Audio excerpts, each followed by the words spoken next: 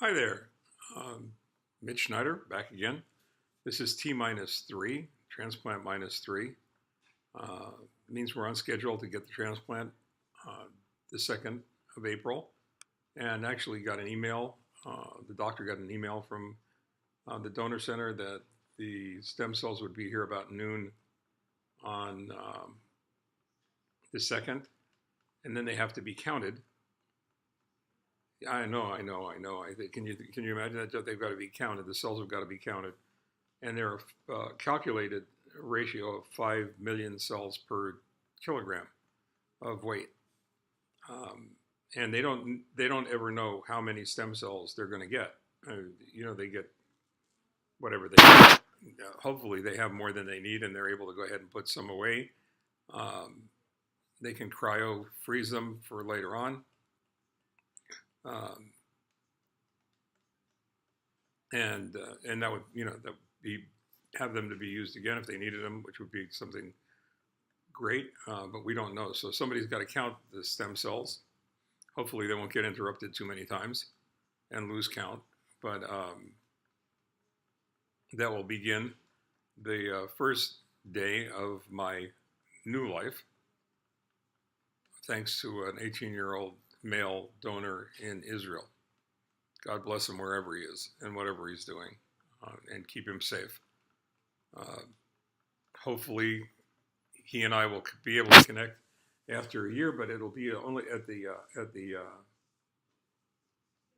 donor's discretion. We will have to ask permission to reveal ourselves to him, and for him to reveal himself to us, and then we'll figure out where we go from there, because I owe him an immeasurable debt. But we can talk about that another time. What I really wanted to talk about tonight was the fact that part of what you experience when you go through something like this is the effects of all the chemicals that they're pumping into your body. So, I mean, I think I've talked to you before about my friend Harvey. Harvey is the IV tree over here. If I look over here, you can see Harvey. All right. Harvey is a good friend. He is a loyal friend, stalwart, loyal friend, incredibly loyal, goes with me everywhere I go. I'm never without him. He's discreet. When we go to the bathroom, he turns his back on me, doesn't watch, has no comments, makes some odd noises every once in a while, but other than the fact that, he and I have come to know each other very well. He's been a good friend.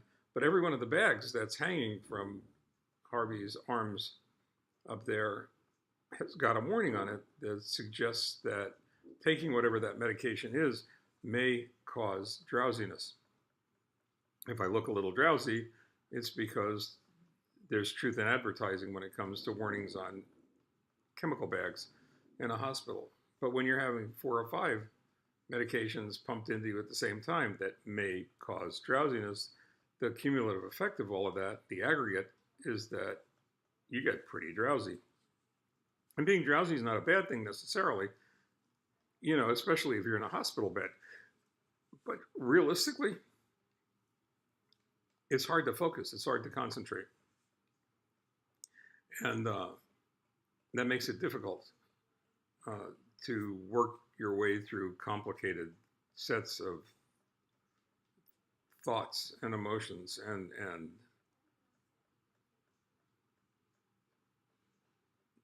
it complicates things a lot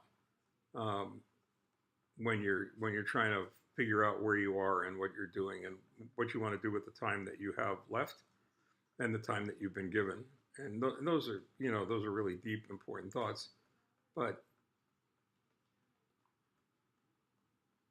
the drowsiness part of this thing makes it difficult to think clearly, as said before, which tends to make things that are absurd or appear absurd or seem absurd, or even things that don't seem absurd, to seem absurd when they happen. And I'll give you a really good example of that. I wish I could film it, because it would probably be much more graphic much more impactful if I could. But there's a door to the hospital room, obviously, because I got to get in the room, got to get out of the room. But here's this magical wall. Okay, this magical wall that extends through the portal, through the doorway. I'm inside the room, and when I'm inside the room, I do not have to wear a mask. I do not have to wear gloves. Okay, this is my sanctum sanctorum. It's my Superman's ice castle, whatever you want to call it. But in here, I'm safe. It's my bubble, as it were. As long as I'm in here by myself, I don't have to gown, I don't have to glove, I don't have to do any of that stuff. However, anyone walking through that door,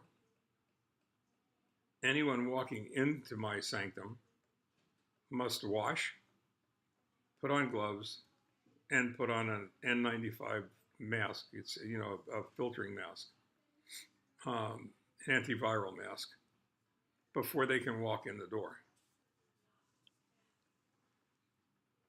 On the other hand, if I want to walk outside, I've got to wash gown and glove and put on a mask so I can go outside. Well, in the course of the day, you do that a lot. You gown and glove a number of times, and it's almost silly watching people gown and glove to come in, me gown and glove to go out, and the interplay that goes back and forth. And part of the things that happen when you're in a hospital is you go rules. It's like nobody can eat in here but me. Well, and the reason for that is obvious when you think about it. In order to eat, you have to take a mask off. Well, you can't take the mask off because there's no immune system. I'm 100% immunocompromised, which makes a big part of the human interaction uncomfortably difficult.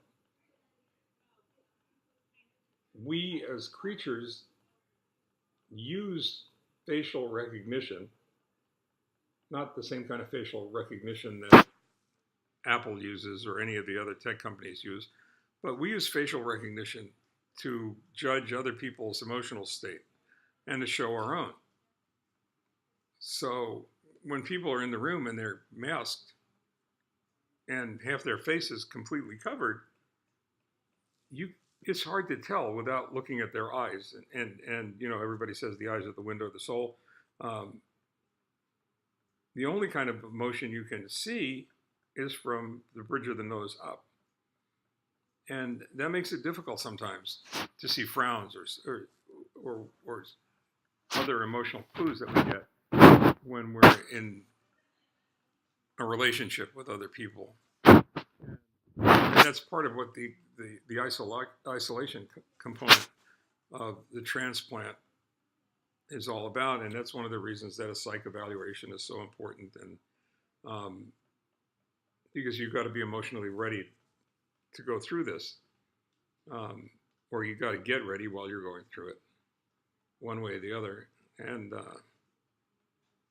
I apologize if I'm rambling, but that's probably because whatever it was that may cause drowsiness did. And I'm getting a little bit loopy from it. In any case, the good news is that I've got very few symptoms of the chemotherapy that have developed yet. They're supposed to kick in tomorrow. But as of today, I was in good shape, except for the fact that I'm exhausted. I can't really focus. Hard to think. And I apologize if this wasn't as clear and succinct as I would like it to have been. However, I'll try to do better tomorrow. Who knows? Maybe I will.